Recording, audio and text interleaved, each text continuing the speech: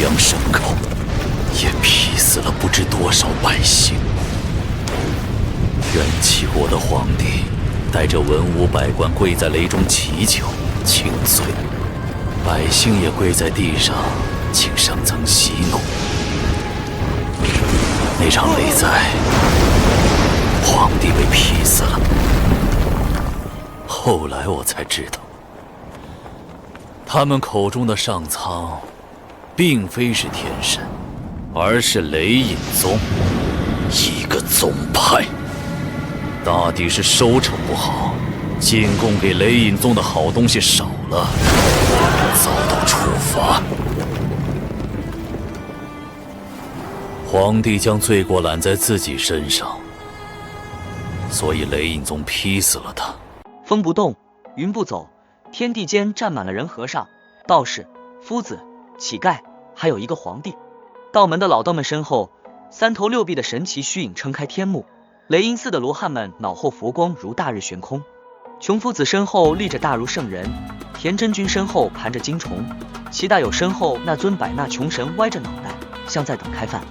这是道门大雷音寺两大圣地的全部家底，倾巢而出，只为杀一个人。对面的朝廷八人也亮了家底，天策上将秦简，身后两口金简嗡嗡旋转。他这辈子不信神佛，信的是手里的兵器。太尉圆空和尚身后站着一个苦行僧，锁链缠身，戒刀在手，跟他长得一模一样。他管军队律法，就用铁律锁自己。司空魏平波身后是长河大坝，他管水利，就用大坝当神。司徒秀月清身后是一串大封闭扭成巨蟒，他管钱，钱就是他的神。上卿苏云之身后是一卷书一口齿，他管天下学堂，书齿就是他的道。泰山王灵虚花身后九龙盘绕泰山，他管祭祀，泰山就是他的祭坛。骠骑大将军全定武最扎眼的一个，8条手臂，四面脸，手持刀盾枪矛剑戟，胯下战马踩着烈焰，4个面孔全是自己的脸，眼睛里喷着火。道主摇头，皇帝，你被天魔教影响太深了。皇帝说，我若去天魔教，说不定能混个教主。道主不再废话，身后老道们整了整剑，有人低声喝了一个字，杀！杀气冲天，正要动手，突然咕噜咕噜一辆牛车慢悠悠驶过来，一个老农赶着牛，吓得双股打颤，好容易才把车弄走。众人刚要再动手，咕噜咕噜又来一辆，老农把车弄走。第3辆来了，老道主眉头一皱，这天灾人祸，牛都吃光了，哪来这么多牛车？牛车停了，车上一个老妪一个老汉跳下来，抖开一块布，再一扯，牛车上凭空多出16个人。道主看清了来人，叹了口气，天魔教左右护法使，12护教长老，2位天王。一辆牛车塞了16个人，好把戏。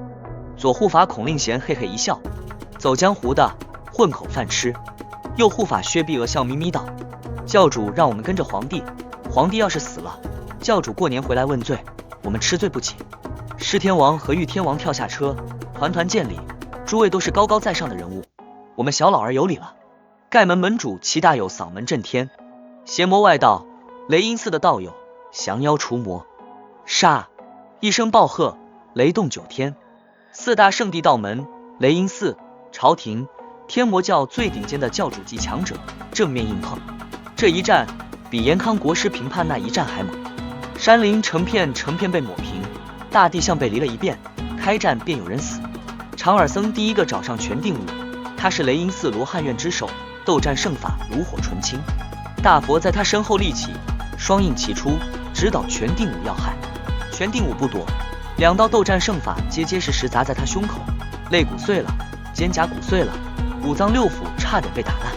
但他腋下6条手臂同时挥出，刀斩、盾砸、枪穿、矛透、剑抹，几刮6招一气呵成。长耳僧双臂齐断，脑壳碎裂，胸腔被长枪挑穿，后背被矛刺透，咽喉被剑光抹过，残躯被长戟高高挂起。半空中一口大盾砸下，长耳僧粉身碎骨。全定武嘴里喷血，咧嘴一笑，战场上杀人1、2招就够了，躲什么躲？话音刚落，一只金光大手从头顶拍下，轰隆一声把他拍进地底。又一座18重诸天宝塔压下来，满天神佛一起压拳定舞，骨断金蛇，被钉在坑里动弹不得。另一头，红衣师太拦住太尉圆空和尚：“圆空，你也是佛门中人，为何做朝廷鹰犬？”圆空和尚眼中金光爆射，心中有佛，永远成不了正果，唯铁律所生，崩断枷锁之日，便是立的正果之时。红衣师太浮沉如电：“你染了孽障，我替你除去。”道门老道们齐刷刷祭剑道剑14篇，满霄剑光倾泻而下，如暴雨如银河。薛碧娥厉喝一声：“结阵，练死这帮牛鼻子！”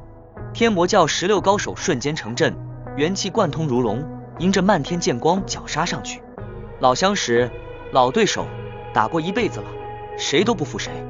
天策上将秦简双减5成风轮，以1敌3，硬拼3位罗汉。上清苏云之书卷为盾，铁齿为剑，与2位女尼杀得旗鼓相当。司空魏平波身后大霸虚影横扫四方，把3的僧人逼得连连倒退。穷夫子、田真君、齐大友也杀入战圈，场面彻底炸了。如来和道主一直没动，他们看着炎风帝，像2个猎人看着笼中的虎。如来托起金钵：“我以如来大成经最高境界，领教陛下的九龙帝王功。”道主按剑不放：“道剑第14篇我只练成半招，但杀你够了。”炎风帝仰天长啸，9道龙气冲天而起，云层中真龙翻腾，龙爪撕裂虚空，直取2人。如来金钵翻转，20诸天齐齐压落，满天神佛与9龙绞杀在一起，每一击都震得大地皲裂。道主出剑了，这一剑，道生1， 1生2， 2生3， 3生万物穷尽天下大道变化，从4面8方同时斩向皇帝。炎风帝双掌翻飞，连换10几种神通，道门的道剑，雷音寺的斗战胜法，离秦宫的离恨天诀，任何招式到他手上都威力翻倍。他像一台活着的武库，随手一拨便是惊世杀招。但道主的剑太快了，太密了，像潮水一样无孔不入。吃吃吃，皇帝身上连中数箭，血花飞溅。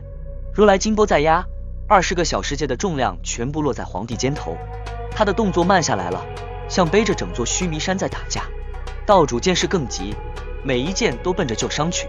皇帝的血越流越多，气还在，但谁都看得出来那是油尽灯枯之前最后的亮光。如来和道主对视一眼，下一招取他性命。就在这时，一根竹杖点了过来，道主回剑就挡，一柄长剑刺入金钵，如来的手猛地一沉，空中多出2个人，一个青衣老者，一个拄竹杖的瞎子。瞎子被震退2步，咧嘴一笑：“本事不错，比我家村长差了一丝丝。”2人转身就走。如来和道主回头，炎风帝没了。如来顿了一下钵，叹道：“不必追了，他气血枯败，所有神藏都碎了，就回来也是个废人。”300里外，秦牧骑着龙麒麟正往战场冲，突然一道青光，一道辉光从头顶掠过，又折了回来马爷和瞎子。秦牧连忙喊：“如来他们在杀皇帝！”马爷面无表情：“看到了，小事，从前经常换皇帝。”瞎子一摆手：“木儿，厉天行才是大祸根，皇帝换一个就是，那婆娘要是跑出来。”秦牧说：“我找到婆婆了，求2位爷爷救皇帝。”瞎子看向马爷，马爷说：“如来和道主一起出手，肯定是死的。”瞎子笑了：“那我们去把尸体抢回来。”秦牧呆住了：“尸体？”马爷和瞎子已经走了。片刻后，一具身体从半空砸下来，摔在龙麒麟背上。马爷的声音远远传来：“木儿，你要的尸体到了。”秦牧低头一看，炎风帝浑身是血，气若游丝，所有神藏全碎了。皇帝勉强睁眼，看见是他，嘴角动了动：“中散大夫，朕还有的救吗？”秦牧抬手，食指翻飞，造化天魔功封印神魂，龙涎封住伤口，但皇帝的命像一盏被风吹灭的灯，只剩最后一丝烟。如来说的没错，就算救回来，也是一个废人了。但秦牧没说话，他只是把皇帝扶稳，让龙麒麟掉头回婆婆那个院子。